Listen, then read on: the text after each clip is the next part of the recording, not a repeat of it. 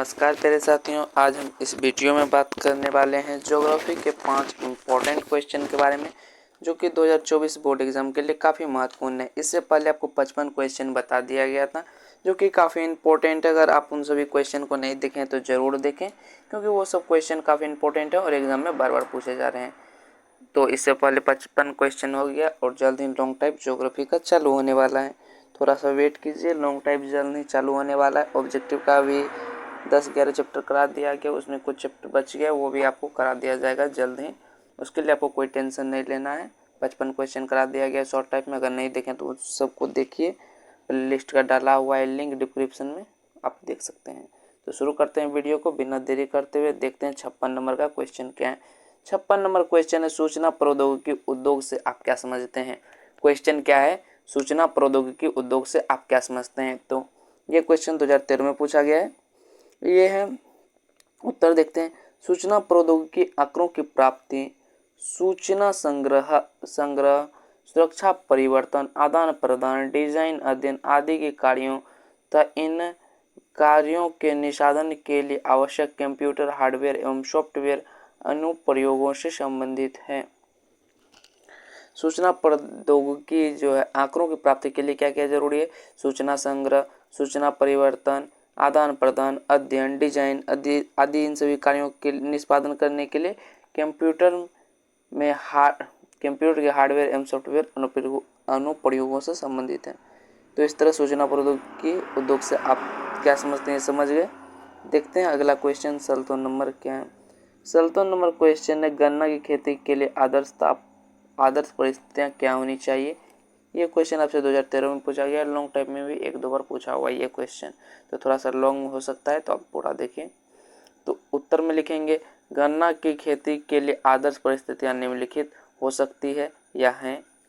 पहला पॉइंट में देंगे, जलवायु उच्च तापमान और उच्च नमी वाले जलवायु के लिए उचित होती है, जो गन्ने की बेहतर वृद्धि के लिए महत्वपूर्ण है। गन्ने की बेहतर वृद्धि के लिए क्या है, महत्वपूर्ण है। दूसरा है, मिट्टी की गुणवत्ता, मिट्टी की उचित द्रव्यमान और औचित्य पोषण, अच्छी गिरावट, अच्छी वैरायटी में होना चाहिए।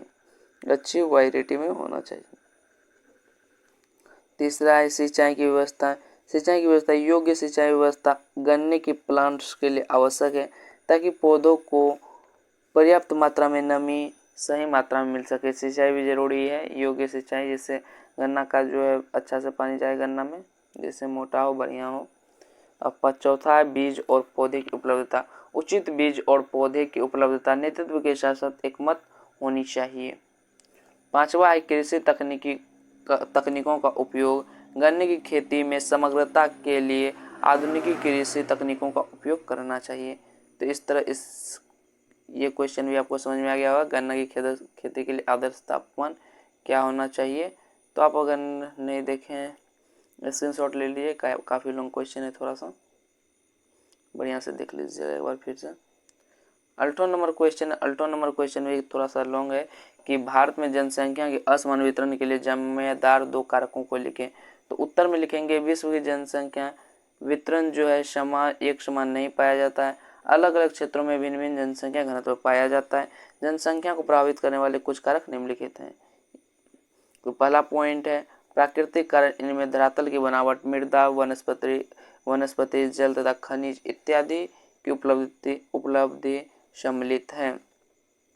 2 ही बोल रहा है, हम 3-4 पॉइंट लाए हैं, आप 2 ही लिख सकते हैं, क्योंकि इसमें 2 ही पूछ रहा है। तो दूसरा पॉइंट है, सांस्कृतिक कारण, इनमें धर्म, भाषा, संस्कृति आदि को सम्मिलित किया जाता है।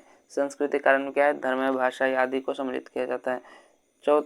तीसरा, आर्थिक कारक, यातायात के साधन, उद्योग आदि। चौथा है, राजनीतिक कारक, अशांति, युद्ध आदि कारक। तो इस तरह जो है भारत में जनसंख्या असमान वितरण के 2 जिम्मेदार कारक बोल रहा है, तो 4 बता दिए, आप लिख सकते हैं। 18 नंबर भी क्वेश्चन हो गया। 59 नंबर क्वेश्चन है, नोएडा एवं बरौनी के महत्व का उल्लेख करें। ये क्वेश्चन भी 2013 के बाद नहीं पूछा गया है। तो नोएडा जो है भारत में दिल्ली से सटा एक उपनगरीय क्षेत्र है, जो भारत में स्थित है। इसका पूरा नाम क्या है, न्यू ओखला इंडस्ट्रियल अथॉरिटी के संक्षिप्तीकरण से बना है। इसका आधिकारिक नाम जो है क्या है, गौतम बुद्ध नगर है। ये विभिन्न सेक्टरों में बटा हुआ है। नोएडा का औद्योगिक क्षेत्र में काफ़ी महत्व है। नोएडा का जो है औद्योगिक क्षेत्र में क्या है, काफ़ी महत्व है। अब बरौनी के बारे में देखते हैं। बरौनी जो है बिहार राज्य के बेगूसराय जिले के अंतर्गत स्थित है। यह गंगा नदी के किनारे बसा हुआ है। यह एक औद्योगिक क्षेत्र है। इनमें इंडियन ऑयल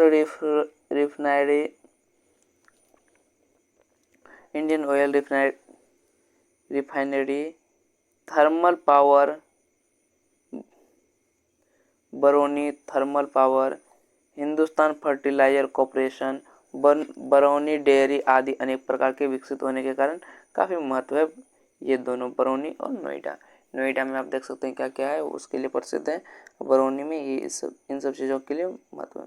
तो अगला क्वेश्चन और आखिरी क्वेश्चन है, कच्चे माल के आधार पर उद्योगों को वर्गीकृत करें। ये क्वेश्चन लॉन्ग टाइप और शॉर्ट टाइप दोनों में पूछा गया है। शॉर्ट टाइप में जो है 18, 20, 15 में पूछा गया है। लॉन्ग टाइप में 12, 13, लॉन्ग टाइप में ये होगा या शॉर्ट टाइप में ये होगा।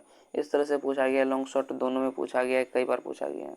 तो आप देख सकते हैं इतना बार क्वेश्चन पूछा हुआ है। प्रीवियस ईयर निकालिएगा तो आपको पता चल जाएगा।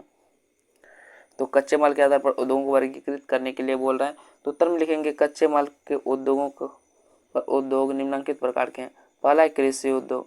कृषि उद्योग में क्या आता है, चीनी, चाय, कहवा, मसाले, तेल, सूती वस्त्र, जूट उद्योग, रबर आदि ये सभी आते हैं किसमें, कृषि आधारित उद्योग में। दूसरा है खनिज आधारित उद्योग। खनिज आधारित में लोहा, इस्पात, एल्यूमिनियम, तांबा, जवाहरात, सीमेंट, मशीन व औजार आदि आते हैं। तीसरा है रसायन आधारित उद्योग।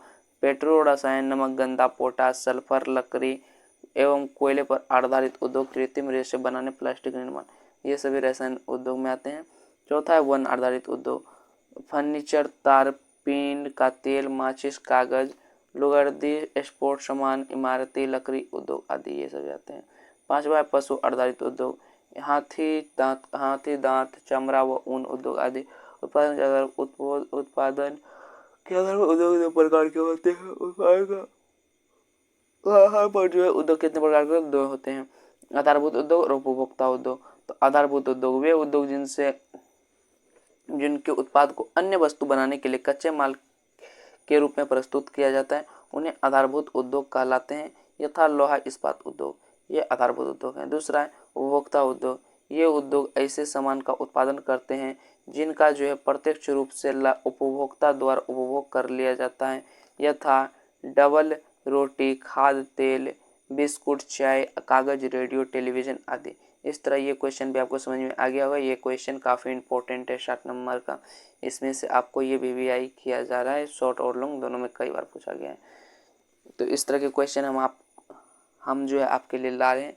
अगर आपको वीडियो अच्छा लगता है तो लाइक कीजिएगा, सब्सक्राइब कीजिएगा, कमेंट कीजिएगा, अपने दोस्तों के साथ भी शेयर कर दीजिएगा। मिलेंगे अगली वीडियो में इसी तरह के important objective and subjective video के साथ। धन्यवाद प्यारे साथियों, धन्यवाद। मिलते हैं अगली वीडियो में इसी तरह के इंपॉर्टेंट क्वेश्चन के साथ। धन्यवाद प्यारे साथियों, धन्यवाद।